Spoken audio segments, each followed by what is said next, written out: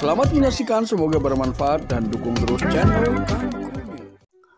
Assalamualaikum warahmatullahi wabarakatuh. Kembali lagi bersama saya Kang Kumis. Pada kesempatan kali ini Kang Kumis kembali bersama sahabat semua, tentunya masih di channel Kang Kumis, channel yang selalu membahas seputar kehidupan rumah tangga, dari masalah percintaan hingga masalah perselingkuhan. Nah, pada kesempatan kali ini Kang Kumis ingin membahas mengenai ada beberapa fakta ilmiah ya, yang mungkin bisa kita ketahui sama-sama. Kenapa perselingkuhan ini pada faktanya bisa terjadi? Nah, ini biasanya ketika bicara tentang istri atau suami bahkan. Perselingkuhan ini terjadi karena adanya ketergantungan kepada pasangan. Ini bisa terjadi pada suami maupun istri. Jadi artinya di sini ketika apa yang selama ini ia gantungkan lalu ia tidak dapatkan secara maksimal, maka pada akhirnya seseorang akan berselingkuh. Ini bisa juga terjadi pada pria juga, pada wanita juga, karena merasa gagal dalam berekspektasi. Ini menyebabkan pada akhirnya seseorang berselingkuh. Nah, pada faktanya memang selingkuh terjadi karena adanya faktor ekonomi, yaitu terjadi sekitar 5% pada pria dan 15% pada wanita. Ini adalah fakta yang memang berhasil kami himpun ya. Ini tentunya sudah melalui berbagai penelitian sebelumnya. Ini yang pertama. Lalu yang kedua itu adalah karena adanya respon yang berbeda antara suami dan istri. Artinya tentunya harapannya ini selalu berselisih paham. Artinya tidak seiring sejalan ya, respon-respon yang hadir di antara keduanya. Jadi apa yang menjadi kemauan suami itu selalu tidak sejalan dengan kemauan istri. Ini juga bisa menjadi satu penyebab terjadinya perselingkuhan. Dan hal ini memang sangat mungkin ya terjadi perselingkuhan karena siapapun ketika keluarga ini atau rumah tangga ini sudah tidak ada lagi komunikasi yang tepat, artinya tepat ini adalah mendapatkan respon-respon positif dari pasangan, pada akhirnya dia akan merasa bahwa selama ini memang banyak hal yang menimbulkan ketidakcocokan di antara keduanya. Ini juga mudah terjadi pada faktanya, ini memang ada ya. Jadi dia merasa bahwa tidak pernah ada hal-hal yang sepaham selama menjalani pernikahan. Ini adalah hal kedua, fakta kedua yang berhasil kami temukan. Lalu kemudian fakta ketiga yang memang menurut saya adalah cukup mengejutkan, yaitu perbedaan antara si pria atau si suami dengan wanita. Nah, hal yang pertama adalah pria atau suami ketika mendengar pasangannya selingkuh fisik, ya, ini dia akan gampang tertekan dari sisi psikologis, ya.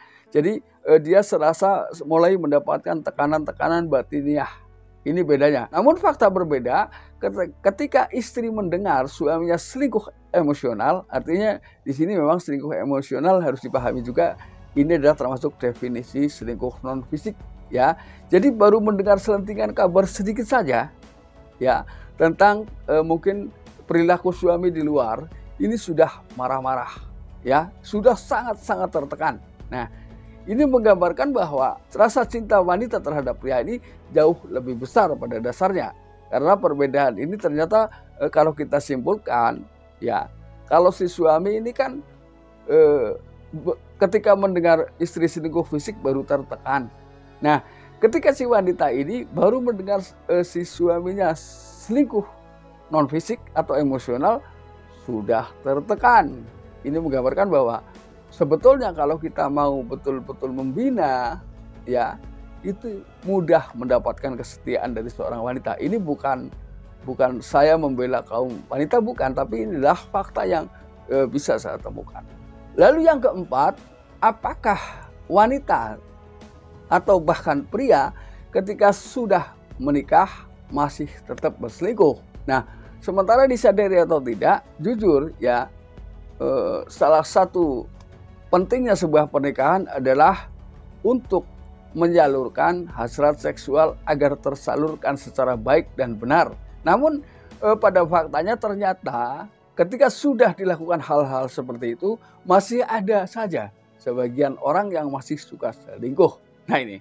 Lalu mendasar kepada penelitian tahun 2014 ternyata pernikahan yang mudah terjadi perselingkuhan ini terjadi pada usia angka ganjil, angka 7, 9 dan seterusnya. Pokoknya angka-angka ganjil ya. Misalnya adalah mulai dari 29, kemudian 39, 49, 59 dan 69. Ini adalah sebagian besar orang yang mendasar kepada penelitian ini adalah usia-usia rawan terjadinya perselingkuhan ini. Jadi ketika menjawab tadi, apakah ketika seorang wanita yang sudah menikah masih bisa selingkuh? Bisa, ya. Karena yang namanya perselingkuhan ini kan terjadi di tengah pernikahan. Kalau bukan di tengah pernikahan, namanya bukan perselingkuhan, ya. Ini. Lalu yang kelima, faktor apa lagi sih yang dijadikan sebuah temuan dan mungkin bisa dijadikan satu patokan yang tepat, yaitu adanya unsur genetik pada diri seseorang, ya. Genetik ini sudah berulang kali saya sampaikan bahwa ini adalah hal yang memang sulit dihindari atau bahkan sebagian besar memang tetap terjadi karena sudah adanya unsur genetik atau keturunan pada diri seseorang, walaupun ini tidak semua ya. Lalu yang keenam, ketika bertanya siapakah yang lebih suka selingkuh, pria atau wanita?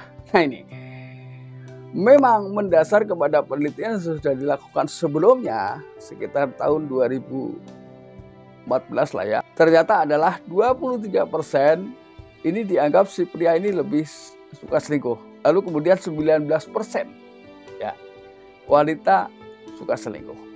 Ini persentasenya antara 23 pria dan 19 wanita. Namun beberapa dekade terakhir ya, mohon maaf, setelah ramainya media sosial ini justru mendapati posisi keseimbangan. Jadi antara pria dan wanita selingkuh ini semakin kesini ya, semakin jauh, semakin modern. Ini telah menemui fakta yang seimbang antara pria dan wanita selingkuh. Bahkan mungkin mendasarkan suasana sekarang atau kenyataan yang ada sekarang, bisa jadi perselingkuhan pada wanita akan menduduki persentase lebih tinggi dari pria. Ini fakta yang memang bergulir sekarang ya. Lalu yang terakhir, bagaimana dengan perselingkuhan emosional? Ini lebih besar mana antara pria dan wanita? Ya, ketika bicara tentang selingkuh emosional ini lebih tinggi wanita, ya, karena perselingkuhan emosional ini adalah hal yang sangat mudah, bisa dilakukan di mana saja. Artinya perselingkuhan emosional ini kan termasuk non fisik ya, jadi tidak harus selalu bertemu atau bahkan tidak bertemu dengan cara daring misalnya. Namun itu apapun maknanya, itu sudah termasuk perselingkuhan, walaupun itu tidak sampai kontak fisik. Ini kan memang masuk definisi non fisik ya. Walaupun secara umum orang lebih mengenal ketika selingkuh dianggapnya sudah melakukan hubungan secara fisik, padahal tidak semua.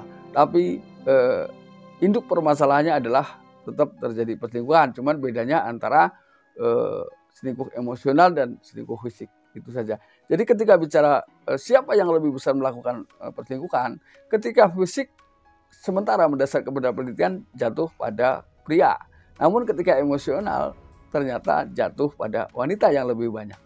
Ini. Nah, sahabat, itulah beberapa fakta yang bisa kami sajikan buat sahabat semua, dan mudah-mudahan ini menambah wawasan buat sahabat semua. Dan akhir kata, salam harmonis bersama Kang Kumis. Wabillahi taufiq wal hidayah. Assalamualaikum